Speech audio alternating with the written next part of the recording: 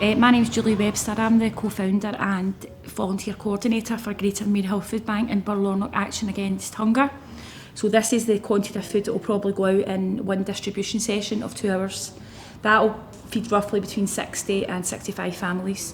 What we try and do for families in low income is we try to offer them nappies and possibly a tin of formula. That's about £20 for these two.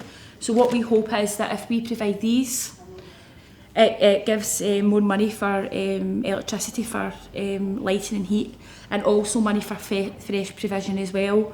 So that's very much how families are managing to get fresh food. I've been volunteering about 3 or 4 months, I think, maybe a bit longer. The first thing you see or notice when you come into the food bank, this one I can only speak for because it's the only one I've been in, it's how friendly and relaxed it is. And it's a very relaxed atmosphere, which I think helps for people who, to come into a food bank, you need to be, low in the first place, and the atmosphere must relax them. We'd normally start off, we'd give you like a pasta sauce or something, okay? We'd normally give you a couple of pastas, which put that with a pasta sauce and a mix and things is going to do you a few days. Toothbrushes, toothpaste, we have soap here as well, we'd give you in soap. We'll stick that in. We'd stick in a packet of biscuits for you, and as you see we've got like wee treats and things like that. So if you've maybe a family with 3 kids or something, you stick one each in for the kids as well, so stuff like that. I was just about to lock up here and the volunteers were all away, and I got a phone call from one of the local housing associations to refer a family who hadn't eaten since Thursday, and this was now Tuesday, 3 o'clock on a Tuesday afternoon.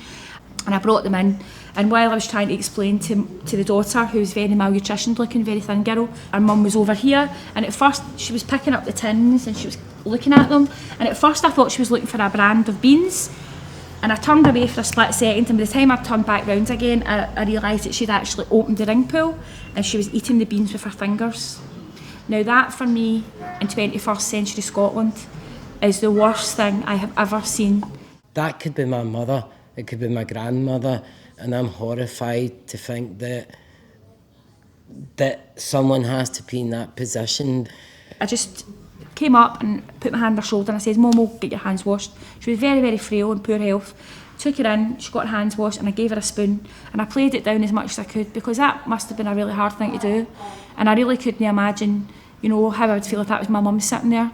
Gave her a cup of tea and had a wee chat with her, and it turned out that she'd been wrongly sanctioned and there was a delay in the money getting in, so she was left from Thursday to Tuesday with no food, with 2 teenage children to feed. And I just, it was heart-wrenching for me. That was probably the lowest moment since I opened the food bank a year and a half ago, that I actually felt despair of some sort of, how did we get to this? How did we, when people are eating out of tins, cold beans, It's vitally, vitally important that the more people know about us that can use us, we can help. We can only help through donations and through the public as well, and through them. The more people who can help us, we can help the broader community, the people who really do genuinely need the help. And as an eye-opener, if you were to spend one day here and seeing some of the clients that come through and use the service, it would really be a shock. And people, there are some very heartbreaking stories you see, and I personally feel that it's unacceptable.